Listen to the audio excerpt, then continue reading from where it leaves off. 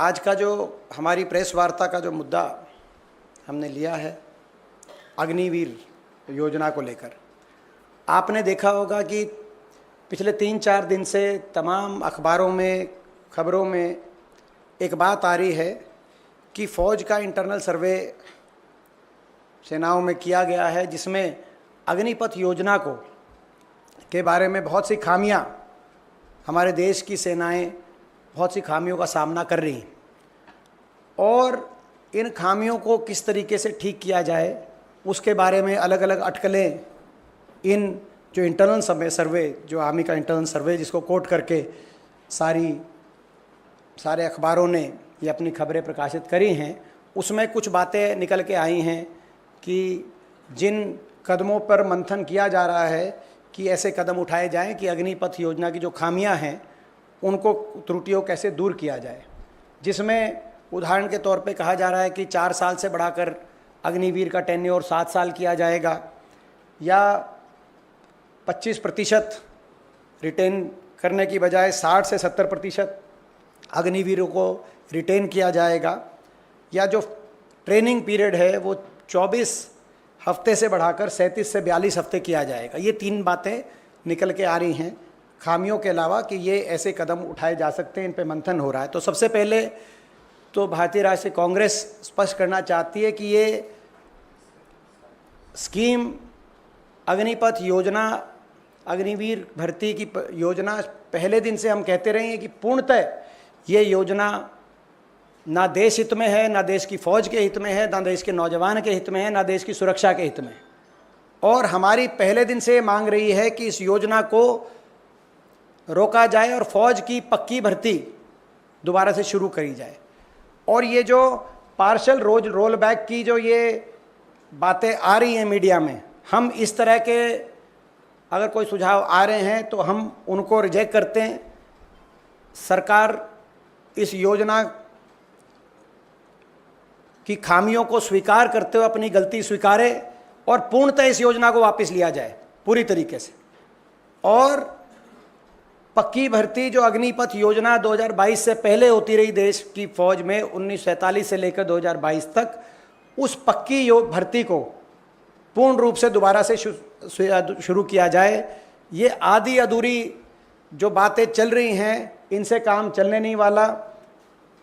ये एक योजना देश की फ़ौज के लिए बड़ी घातक योजना साबित हुई, ये रिपोर्ट्स बता रही।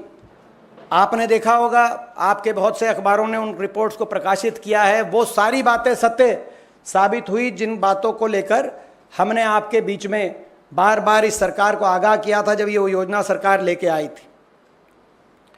पहला सवाल जो आया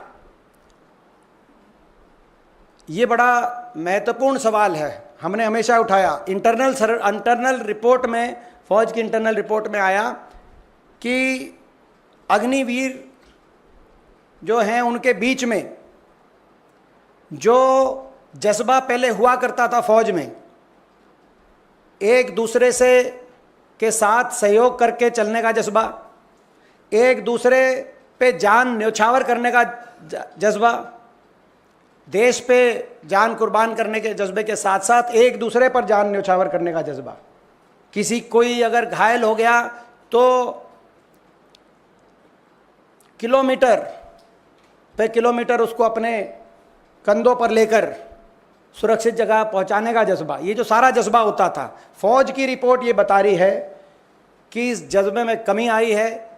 और क्योंकि 25% ही रखे जाएंगे, बाकी सबकी छुट्टी कर दी जाएगी, आपस में प्रतिद्वंदता और प्रतिस्पर्धा का माहौल अग्निवीरों में बन गया है, जो कि फौज की, किसी भी फौज की मजबूती के लिए और मनोबल के लिए अच्छा नहीं। और ये मैं आपको बता दूं कि फौज की सबसे बड़ी अगर हथियार किसी फौज के पास होता है तो उसका मनोबल होता है। किसी भी हथियार से बड़ा अगर कोई हथियार है तो फौज का मनोबल है। और ये अग्निवीर योजना फौज के इंटरनल सर्वे बता रहे हैं, जैसे सारे अखबारों में आया है, कि उस मनोबल के लिए और उस आपसी तालमेल, भाईचारे की, सहयोग की, आपस में एक दूसरे के लिए मर मिटने की भावना में जो गिरावट आई है, ये सबूत है इस बात का जो हमने शुरू से कहा था कि ये दूरदर्शी सोच के साथ ये योजना नहीं लाई गई। दूसरी बात, एक और बात आई है निकल के, ये इसमें आई कि जो ट्रेनिंग है वो ट्रेनिंग सफिशेंट नहीं है। 6 महीने की ट्रेनिंग यानी कि 24 हफ्ते की ट्रेनिंग से जो अग्निवीर उनकी जो परफॉर्मेंस है, वो ट्रेनिंग फौज ने पाया है कि वो ट्रेनिंग सफिशेंट नहीं है, और इसीलिए ट्रेनिंग का जो पीरियड है उसको बढ़ाकर 37 से 42 हफ्ते, 24 हफ्ते से बढ़ाकर 37 से 42 हफ्ते करने की बात कही जा रही है। तो यानी कि ये कितना बड़ा घातक ये योजना साबित हुई देश के फौज के लिए।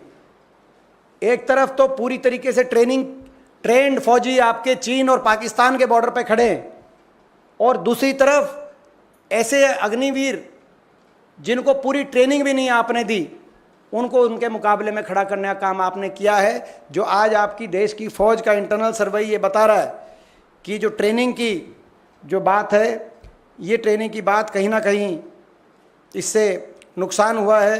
देश की फौज भी ट्रेनिंग की क्वालिटी से संतुष्ट नहीं है। ये भी एक गंभीर, बहुत गंभीर प्रश्न है। इसके साथ अगला सवाल जो इस रिपोर्ट्स के माध्यम से आया है कि भारत की लॉन्ग टर्म डिफेंस प्रिपेयर्डनेस को लेकर है, राष्ट्रीय सुरक्षा के लिए देश की फौज की जो भूमिका होती है और उसका जो फौज का जो स्तर होता है उसको लेकर है। जो टेक्नोलॉजी इंटेंसिव सर्विसेज है, ये भी हमने ये पॉइंट आपके बीच में रखा था कि उसमें जो सीनियर टेक्निकल पर्सनल जो फौज को ज़रूरत होती है, अग्निवीर, क्योंकि सभी अग्निवीर के माध्यम से आ रहे हैं, उसमें बड़ी शॉर्टफॉल आ चुकी है फौज में। और ये कहा गया है कि 2035 तक बड़ी भारी शॉर्टफॉल आ जाएगी।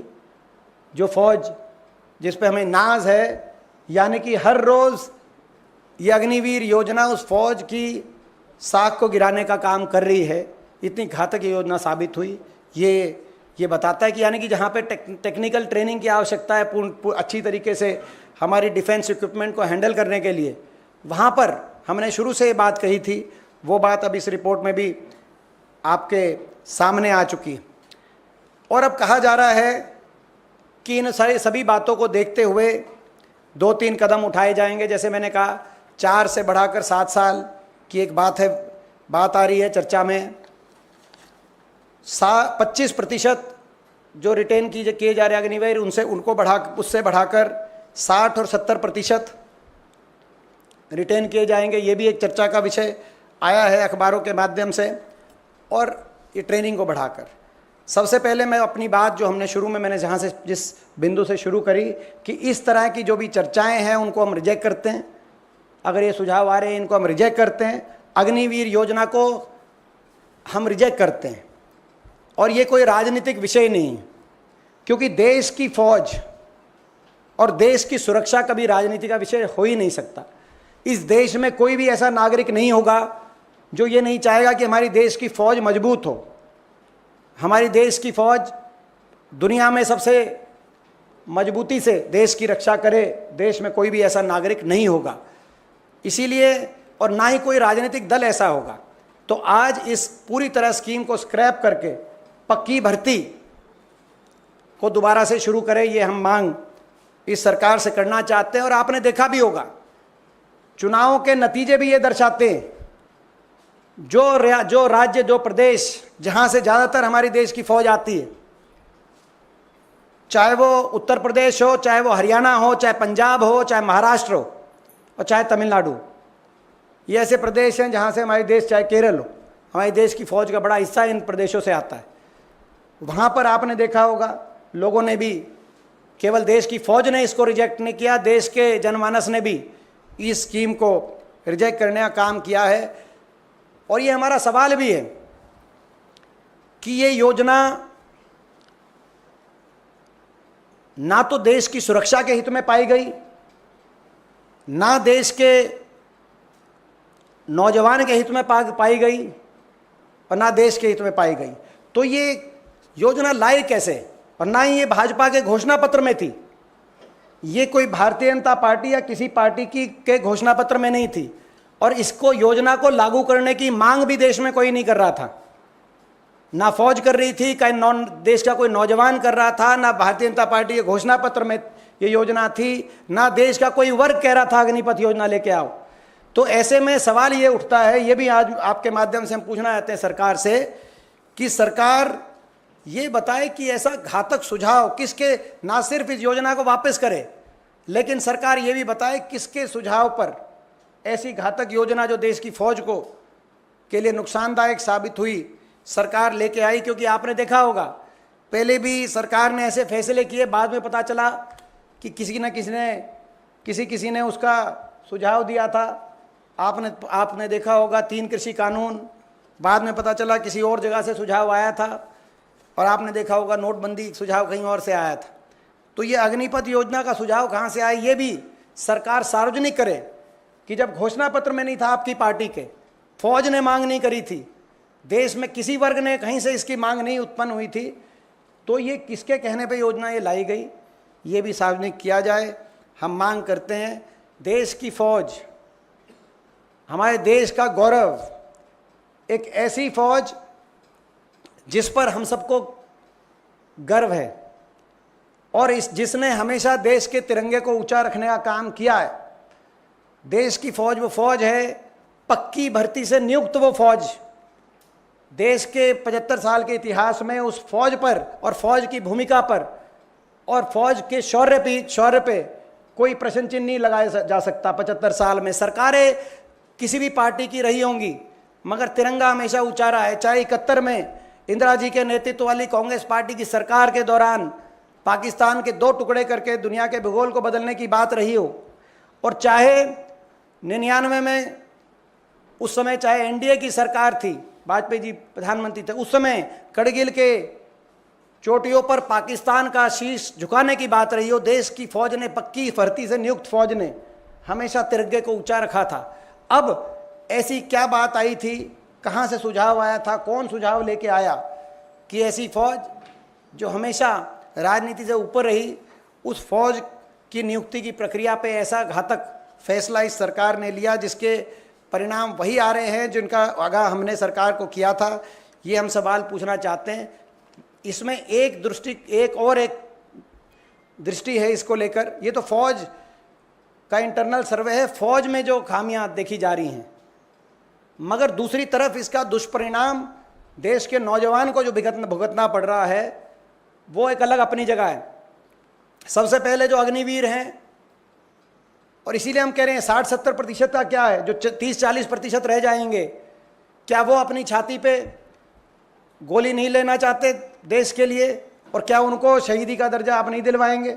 इसीलिए हमने कहा कि पूरी 100% पक्की भर्ती होनी चाहिए, 60-70% का कोई मायने नहीं, पहली बात। दूसरी बात, जो रुचि कम हुई है देश के नौजवान में भर्ती के प्रति, वो पूर्णतः सरकार की ये विफलता, इस नीति की विफलता है। देश के नौजवान में देशभक्ति की कमी नहीं है, लेकिन आज तमाम उन राज्यों में जहाँ से फौज आया करती, वहाँ के स्टेडियम गांव के खाली हो गए, सड़कें गांव की खाली हो गई। नहीं तो सुबह 4-5 बजे उठकर जो रेस दंड बैठक लगाने के लिए होड़ लगा करती थी हमारे नौजवान में, देशभक्ति की भावना से लेस कि अपने देश के लिए मैं बॉर्डर पे जाके देश के लिए लड़ूंगा। आज उन राज्यों में देश के बॉर्डर के लिए लड़ने की तो होड़ कम हो गई, और डंकी के रास्ते अमेरिका के बॉर्डर कूद कर अमेरिका जाकर हरियाणा जैसे प्रदेशों में ये स्थिति आ गई है। आप अंदाज़ा लगाएं, हरियाणा में, मैं एक ही प्रदेश का उदाहरण दूंगा, हर साल 5,500 की पक्की भर्ती होती थी हमारे प्रदेश में, अब केवल 900 अग्निवीर लिए जा रहे हैं, जिसमें से 200 पक्के किए जाएंगे, 250, बाकी घर आ जाएंगे। कहाँ 5,500 की पक्की भर्ती, और कहाँ 225 पक्के किए जा रहे हैं। जहाँ देश के लिए अपनी जान कुर्बान करने का जहाँ जज्बा था जिस नौजवान में, आज वो अपनी जान की कुर्बानी की बाजी लगाकर डंकी के रास्ते, पनामा के जंगल से होते हुए अमेरिका का बॉर्डर क्रॉस करने की वहाँ का नौजवान सोच रहा है। ये स्थिति ला दी इस सरकार ने। आपने देखा होगा कि एक रिपोर्ट भी आई हरियाणा के नौजवान को लेकर, जिसमें रिपोर्ट में कहा, इंडिया एम्प्लॉयमेंट रिपोर्ट 2024, जिसमें कहा कि 55% पढ़े लिखे नौजवान हरियाणा प्रदेश के, हरियाणा से बाहर रोज़गार का सपना लिए हुए बाहर जाने के प्रयास में है या जा चुके। तो ये स्थिति बन गई। इसके लिए जिम्मेदार तो इसका एक पहलू फौज की में जो खामियां हैं, जो इसका जो रिपोर्ट्स में है, और दूसरा पहलू हमारे नौजवान के अरमानों पे को जो चकनाचूर करने का काम किया गया, देश का नौजवान उसकी देशभक्ति की भावना पे जो चोट पहुंचाने का काम किया गया, दूसरा पहलू वो है। और इसका तीसरा पहलू और अंतिम पहलू देश की फौज के प्रति जो देश की सरकार का रवैया रहा है जब से सरकार आई है, उस पर प्रश्न चिन्ह लग रहे हैं। अग्निवीर योजना बिना किसी चर्चा विचार विमर्श कर इतनी बड़ी देश की फौज, जिसने दुनिया में आपका हमेशा गौरव बढ़ाया, उस फौज की प्रक्रिया बदल दी, कहीं कोई चर्चा नहीं। और इसी तरीके से आपने देखा होगा शपथ ग्रहण समारोह प्रधानमंत्री जी का और केंद्रीय मंत्रिमंडल का जो शपथ ग्रहण समारोह था, उस शपथ ग्रहण समारोह में आपने देखा होगा कि शायद ऐसा किसी देश, दुनिया के किसी देश में इस तरह से अपनी सेनाओं का इस तरह का अपमान कभी नहीं किया गया होगा कि 5वीं और 6ठी पंक्ति में CDS को और तीनों सेनाओं के अध्यक्षों को वहाँ पे जगह मिली, जबकि अगली पंक्तियों में देश के उद्योगपति, देश के अभिनेता, बिजनेसमैन और धनाढ़ श्रेणी के लोग अगली पंक्तियों में बैठे थे। ये कैसा देश का सम्मान है, कैसा देश की फौज का सम्मान है, ये कैसी देशभक्ति है। मैं आखिरी बात करके अपनी बात समाप्त करता हूं, फिर आप प्रश्न ले सकते हैं, आपके प्रश्न ले सकते हैं। ये देश की सरकार को, ये हम देश की सरकार को मैं चेतावनी देना चाहता हूं कि ये देश जय जवान, जय किसान और जय संविधान का देश है। इसको जय धनवान का देश हम नहीं बनने देंगे। देश में मजबूत विपक्ष है और दोबारा से कान खोल के ये सरकार सुन ले, ये जय जवान, जय किसान और जय संविधान का देश है। इसको हम जय धनवान का देश नहीं बनने देंगे। देश की सेना के अध्यक्षों की जो का मान सम्मान है, वो केवल उन्हीं सेनाओं का नहीं है, प्रत्येक देशवासी का मान सम्मान है। उनका इस तरह का अपमान को हम स्वीकार नहीं करेंगे और अपनी मांग हमारी उस पर हम कायम है। जब ये संसद का सत्र आएगा, संपूर्ण विपक्ष इंडिया गठबंधन एकता से लड़ाई लड़ेगा और अग्निपथ योजना को वापस करा के ही दम लेगा।